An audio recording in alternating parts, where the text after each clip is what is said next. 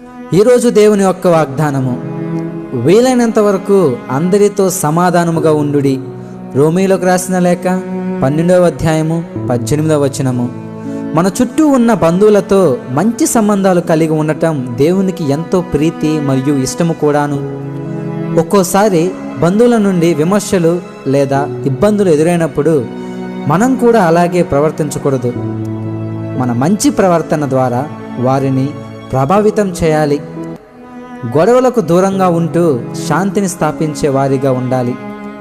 మన సాక్ష్యం ఇతరులకు ఆదర్శంగా ఉండాలి.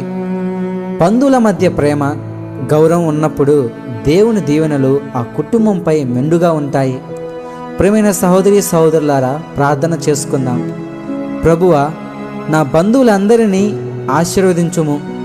మా మధ్య ఎటువంటి భేదభావాలు లేకుండా ప్రేమానురాగాలను నెలకొల్పుము.